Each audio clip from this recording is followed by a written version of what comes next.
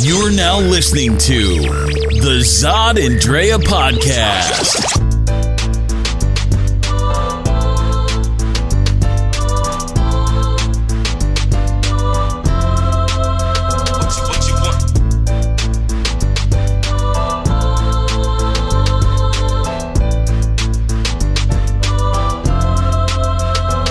Hello, people. Hello, everybody. Hello, folks.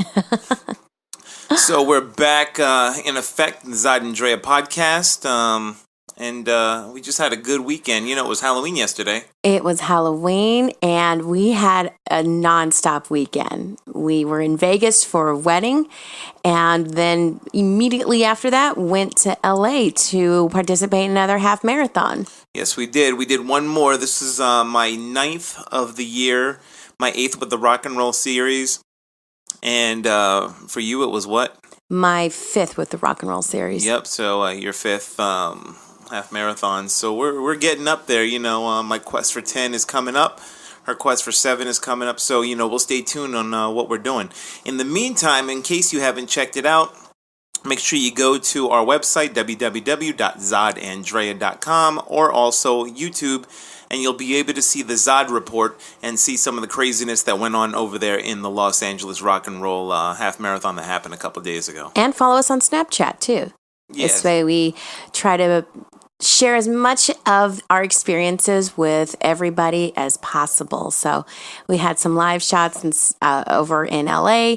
Couldn't do too much with the wedding because they just had enough of that stuff going on. Yeah, that was over in Vegas, but we'll talk about that a little bit on our relationships segment.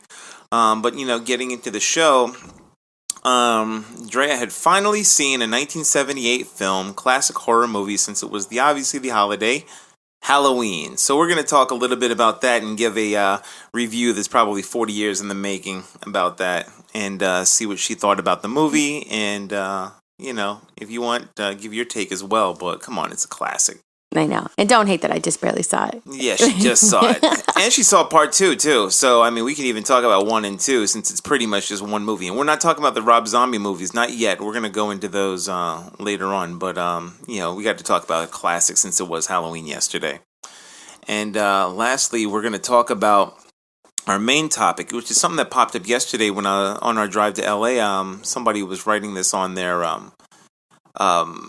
Facebook page, but it was, can people of color be racist towards white people? And it sparked off from a meme they had posted, but that's going to be our topic. Can people of color be racist towards white people? So stay tuned. But for now, you want to get into this movie? Let's go. What do you want to do? You want to do the movie? What do you want to do? Yeah, we'll do the movie. You want to do the movie? Yes. Okay, movie review. So, as I said, Drea had just finally seen the 1978 John Carpenter classic Halloween. You know, the one where Michael Myers goes around stalking the whole town. You're not sure exactly why, but he's pretty much after one person the whole movie. And anybody who gets in his way, he obviously slaughters them. So if you haven't seen it, spoiler alert. But, you know, you've had like 40 years to fucking catch up. But, you know, what did you think about it? I thought it was suspenseful. Like, I had the story in my head that the movie would be gory, and I'm not into the gore. I'm not into, like, the gut splattering, brain smashing. I'm not really into that. I like more of a horror or thriller, if you will, that keeps me in suspense. And those who know me, I can't be quiet during these kinds of movies. I scream my head off when I'm surprised. When I'm surprised at anything, I scream. So this movie, it kept me on suspense. It was more creepy because, and again, another spoiler alert, you see then the character of Michael Myers, like in broad daylight, stalking this poor girl, like in neighborhoods, in the middle of USAville, whatever the heck, small town, Haddonfield. There we go. Haddonfield, just Illinois. Standing in the middle of the street. It's really Pasadena, California. Oh yeah, it is.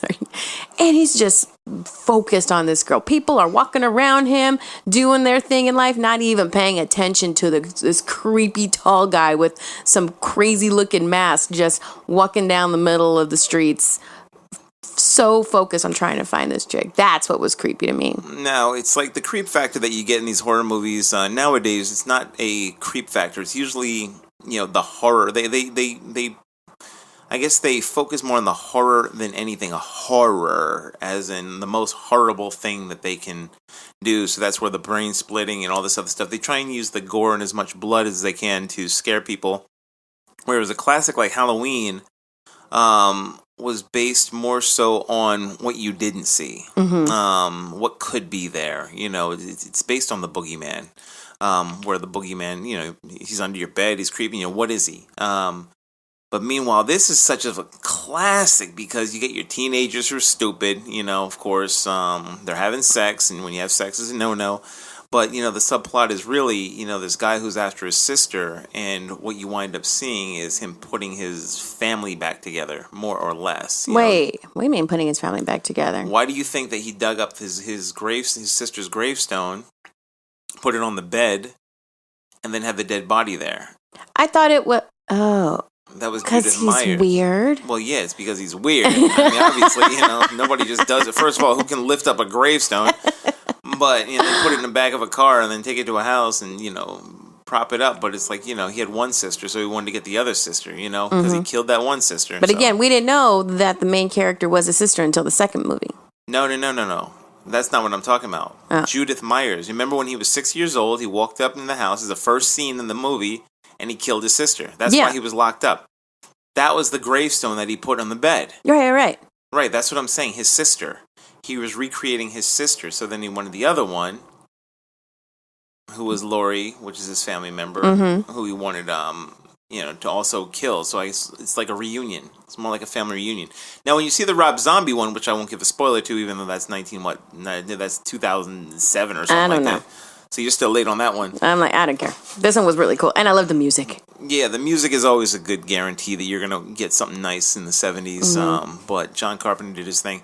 And anybody who does not know, the mask that Michael Myers wears is who? The mask? Yeah. Who is the mask? Yeah, the mask. The mask he's wearing. Come on, I told you this once before. You don't remember? No, I don't. Because maybe I was too scared. I was watching the movie and I wasn't paying attention. The mask that they use for it is William Shatner. Oh, that's right. So that's just Captain Kirk going around killing kids. In case you want to know, Captain Kirk is killing people in these Halloween movies. Makes total sense. And he just slicks the hair back and wears a fucking mechanic suit, and he's good. So they painted it white. Can you believe that? A William Shatner mask, and that's what made it creepy. It did the creep factor. And it was also shot. Poor William Shatner. It was also shot in Pasadena, California. In case you didn't know, that all the leaves that they had, since California is pretty, evergreeny, they had to import the leaves in, so they had to reuse the leaves and collect them and reuse them again for each scene. Wouldn't you hate that job of being the leaf collector? But you made a nice classic. So in case you haven't seen it, make sure you see Halloween 1, 2, 3, 4, 5, 6, 7, 8, 9, 10, 12. God, how many are there? A lot. Wow. Busta Rhymes. Anyway, so I'm going to let you get into this one because we went to Las Vegas this weekend and we got to see two of our good friends get married. Shout out to the Skirtlas, Mike and Caroline. Skirtla. Remember, there's no T, there's a D. Skirtla. There we go. I'll get it down someday. Skirtla. I'll get it down. Shout out to Gary and Mike Skirtla and the family. All of them great family members. But it was a nice little Vegas wedding. Intimate. Just in and out. Quick. With all the friends and people that they care about. And it was just awesome. What's beautiful about this couple is that they met, if you want to call it maybe midlife, right? They've had children, they've had they experienced another marriage before, but now in this life that they now have, they were able to meet each other and immediately be able to blend their families together.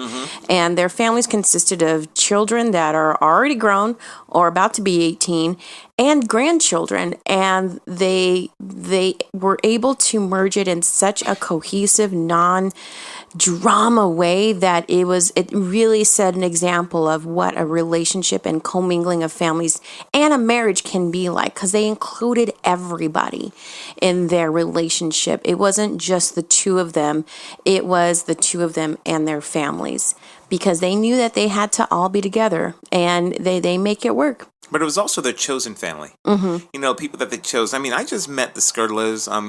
6 months ago, maybe? Maybe like 6 months, and then all of a sudden I'm a groomsman. Like, this is a really awesome family that, are just so inclusive. They've been to our parties, they take photos, we've done business with them. So it's like a lot of respect to them. But it also opens up, about blended families, and not just blended families, but interracial blended families. And we're not just talking interracial blended families, but interracial blended families that may have even had a different upbringing. Number one, I mean, one is like not Midwest, but it's sort of, and the other one is like Detroit, right? But also it might be religious, right? And but they make it work, and it goes down to they're really the core of not only just what love is for them and what it means for them, but to really support each other and be committed to what kind of life you want to have together. These people are so focused on their commitment to each other and what kind of life that they want to have together. So all the stuff that you see with families now that are trying to commingle, all that noise and drama, that is not even in their life, because again, they were extremely clear in the beginning of their relationship on what they wanted to be. And to see then now the relationship go to this next level of marriage and that long life commitment is awesome to see, and it was really, really beautiful to be part of. So it's like, I mean, you also wonder, how long we had something like that, like how long should somebody date before they get married? Yeah, we talked about that. Like, we even talked to that. It goes back to that podcast. When do you know that you're ready? And they were ready. They were ready a little while ago, but it was time to pull the trigger, and they knew what they wanted to do. They knew where they wanted to go, how they wanted to do it, make it simple. It wasn't the first marriage for them, but it wasn't too far away. It was maybe like, on an average 4.5 miles away from where they wanted to go. So it was very feasible for everybody to be there. And for us, it was a whirlwind because we wound up getting over there. Friday afternoon. Friday afternoon, hanging out, going to the bachelor and bachelorette parties. Then in the morning, which were awesome. They were fun. And then going to the wedding, doing all that, going to the reception. After that, we packed up, went to the arepa spot, had to get some arepas, and then rolled off to Los Angeles. Changed at like the reception hall. Changed at the reception, in like right outside of a Starbucks. In the casino, and then wound up going to LA, and God, we can get there to probably 11, midnight. 12, something like that, midnight, and then a few hours later we were at the starting line, running 13 miles. If that's not a whirlwind weekend, I don't know what is. I'm still recovering from it, actually. So shout out to the Skirtless. Congratulations on your wedding and your marriage, and hopefully you have a long and happy one. You definitely will. Love you guys. Please listen carefully. Once again, make sure you listen to the Zod and Drea podcast by subscribing to one of the following podcast methods: iTunes, Google Play, or YouTube. Visit our website at www.zodanddrea.com to go directly to the links, or if you choose, you can listen to each podcast episode directly on the website under their individual posts. Want to get involved and have your voice heard on the next podcast? Then be sure to tune in to the question of the week on our website, Twitter, Facebook, or Instagram page. And dial in and leave a message on our voicemail at 323-963-4221. If you're an advertiser who would like to have your 30-second or 1-minute placement on our podcast or YouTube episode, please contact us at info@zodanddrea.com and we'll send you a price list. Space is limited for each episode. The next podcast might even have you as a featured guest. Tune in, check us out, and get involved. And we're back. Shut up. And here we go. I had to do it first. So we got a good topic coming up. So based on what a friend had written on Facebook, it came from a meme. So here, let me describe the meme first. So the meme is a black man talking to a wall. He looks like he's arguing with it. And it said something like how black people feel when they talk to white people about racism. And so she had posted the definition of what racism is, and then, had a comment accompanying the meme that said something like, not to be that white person, but, from the definition of what racism is, anybody can be racist, and, pretty much that line of discussion, which sparked a whole conversation. Mm-hmm. I mean, my thumbs were going nuts on the whole ride from LA to Phoenix, but it sparked off a whole big conversation that led us into this topic, which the topic is, can people of color be racists toward white people? I mean, what do you think? I think yes. And I don't think it's so much even the title of racism, but more of just as for myself, because from myself growing up, as a Latina in Arizona, this is not the most diverse, friendly state to grow up in, right? And I really think that there's a judgment that is done upon us and is done upon me, even because I've received when I go into like a boardroom or in other places, definitely that's for another story. But what my point is that I think that for people of color to be anti-white, yeah, it happens. And it is. And I think it's because of their experience and how white people have treated Latinos or people of color. But is that racism? And see, that's why I say yes, but yet it's more of just, I think their preference of, I don't want to be around those kinds of people because of how they treated me.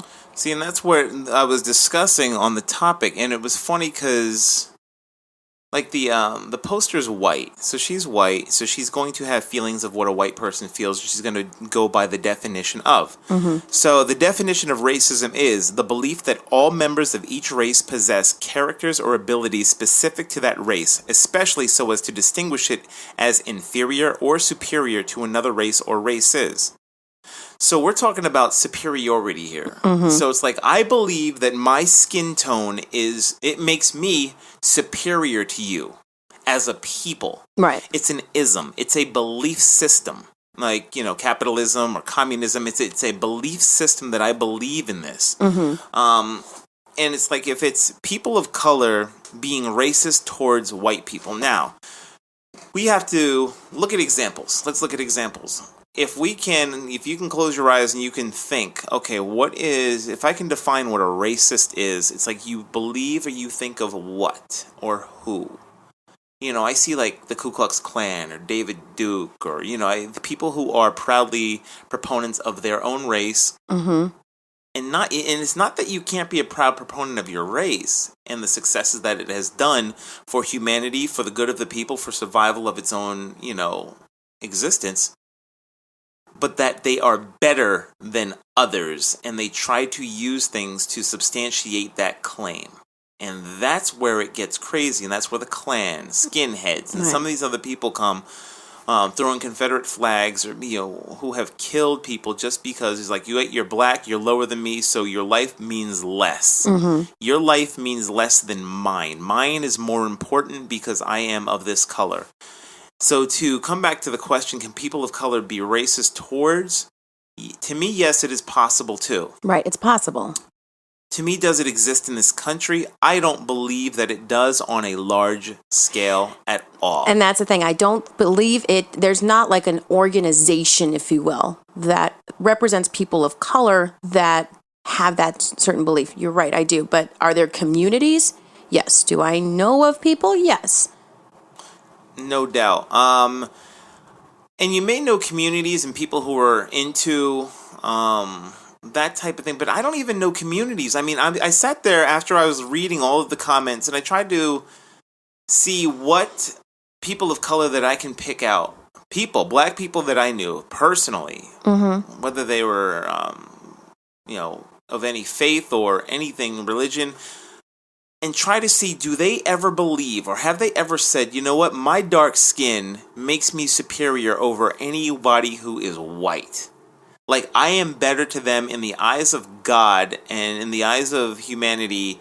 I am more and I cannot think of anybody. I can't think. I have seen people say certain things where, we were having this discussion where, maybe some Nation of Islam cats will say, the white man is the devil. The white man mm-hmm. is this. And it's like, yes, it's harsh words. And it's like the white man does this. And it's like, okay, well, why is the white man the devil? And it usually comes back to the treatment of how they've treated other people throughout history. So there's a reason why. So, like, if I actually had to break down what white people had done throughout history, you know, what makes you proud to be white? What makes you proud historically? And I mean, I guess they can say, hey, you know what? We came over to the Americas. That's cool. But when you came here as a white person, what did you do? You claimed that the natives that were already here, so you didn't discover anything, the natives that were already here were less than you. You put a superiority over them because you had weapons that they didn't have. You had more of them, in a sense, and you killed them. And you raped them. You beat them, you burned them, you scalped them. You did a whole bunch of things to them because you felt you were superior.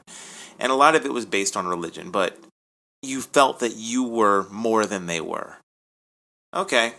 So then you saw, you know, Africans come over. Okay, boom. There were some Africans that were here. Then the English brought the Irish over as indentured servants, and blacks were over here as indentured servants. And the same thing. It's like, okay, you know, then it became more of a classism. Yeah. In a sense. Which had created a whole other system from that. Yeah. You know, so there's a class system. So we're white, but we're better than you because we have money. But then it was like the poor whites. It was like, you know, fuck that shit. You know, they started rebelling against them with the blacks, and it was like, hey, wait, look, we're white. You know, you may be poor and you're garbage, but you're still white, and they're black. So, you know, they become overseers. Now, the chattel slavery starts to come in. So, again, white history, it's like now your history is taking Africans and enslaving them so that you had free labor and brutalizing them. And, I mean, doing all kinds of brutal things. So it's like when the Nation of Islam says devils and devilish, they're talking about acts, historical acts. And it's hard to refute that when they are evil acts. So where is the pride there? And, I mean, by me saying that, some people would say, oh, you know what, you're being racist by saying that. And that's still not the definition of, because I'm not saying I'm superior to. I'm saying that throughout history, the acts of white men towards people of color are brutal. And I mean, you want to go and explain, you know, the indigenous? Well, let's just even start too about the natives that lived here in the Southwest and the camps that were created for them specifically to quote unquote civilize them. Right? There's even in Phoenix, Indian School, the main road, that's a very busy commerce road that, you know, cuts right through central Phoenix with all this awesome diversity. Back in the day, there was a school called Indian School where that road is, because it was created to enculturate the native children that were separated from their families, because whomever it was believed that the culture that they had for centuries that kept them prosperous in a unit was no longer good enough, and they had to learn what it's like to really truly be civilized. And they held them in these schools, cut their hair, had them try to have them forget their language, and again to enculturate them in what they thought was the better civilization. When I lived in, and going back to your previous conversation and question about racism, and if people of color could be racist, can they be racist to white people? I remember meeting when I lived in Albuquerque a professor, and he taught Latino studies, and he made it very clear, because of the treatment that he had proof and documentation for centuries and centuries of Latinos being treated so horribly, we all know this, by white people. He then adapted a way of being with himself and almost a rule within his family that none of his children could marry a white person. Because he was so upset about and so angry at the treatment that he not only studied about, but that also was put on him, and the mistreatment that was placed on his family that were all based in Albuquerque, and their struggles from the white people. And again, that was his way of being, an intelligent person, but you could not shake him in his belief that he and his family had a right to be overpower, really, to be the new power now in that area because of all the mistreatment, again, that he and his family and generations before had received. So it was really interesting to me to listen to him, and again, understanding then that is that a form of racism? Could possibly be, but it's definitely from a treatment that he and almost a generational treatment that was bestowed upon him that is pretty much in his DNA on what is carried over about what again the colonization has done. What has so then what I wound up doing on this post, because the post started getting long because I started going back and forth. There was one white girl. Oh, there was this one who was really ignorant, but then there was one that was trying to make me understand her suffering as a white girl growing up in Arizona, because she was like the minority. So she was finding out for her own personal experience on what it was like to be a minority. So she's saying, oh, she got beat up because she was white in high school and this and that, and currently somehow she experiences racism every single day. And I'm like, what is it? I don't even experience racism every day, but this white girl suddenly is like a victim of racism? Are you serious?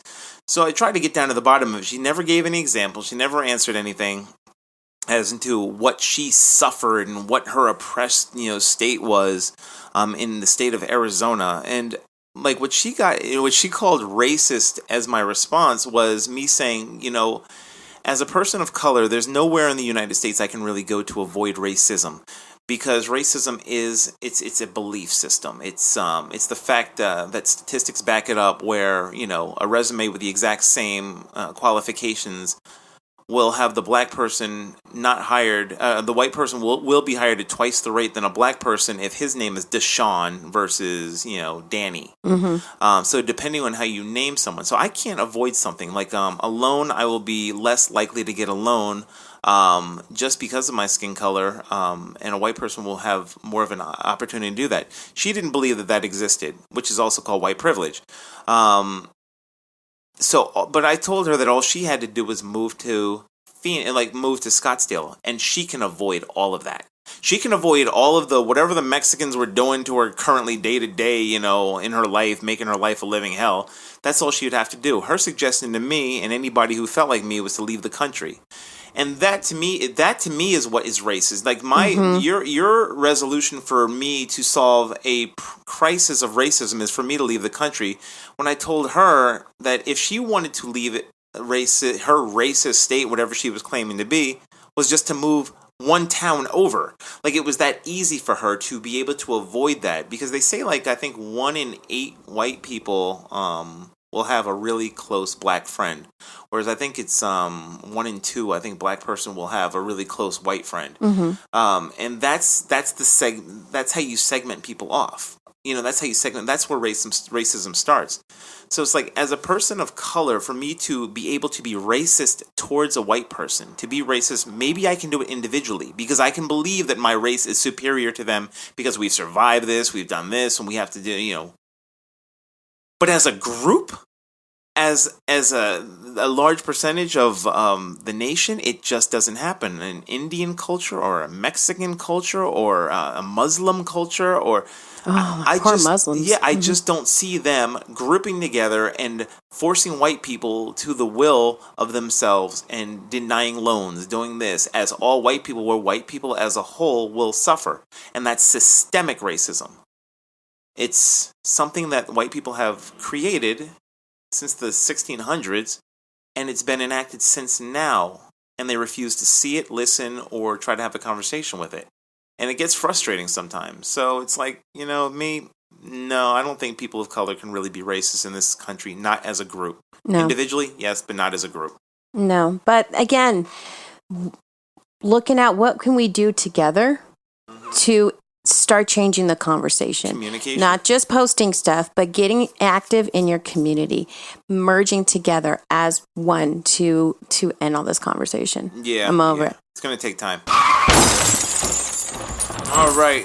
Well, that was deep. That was another one, man. I'm sure we're going to have to bring this one back up again and have somebody over. Because maybe multiple. Who knows? Multiple, and I think that would be a good idea. I mean, you Mexican, me black, have a white person, and maybe, I'd love to have an Indian or an Asian person come over, reach out, and have a conversation like this. Just, right around here. And I think that would be a really good thing for us.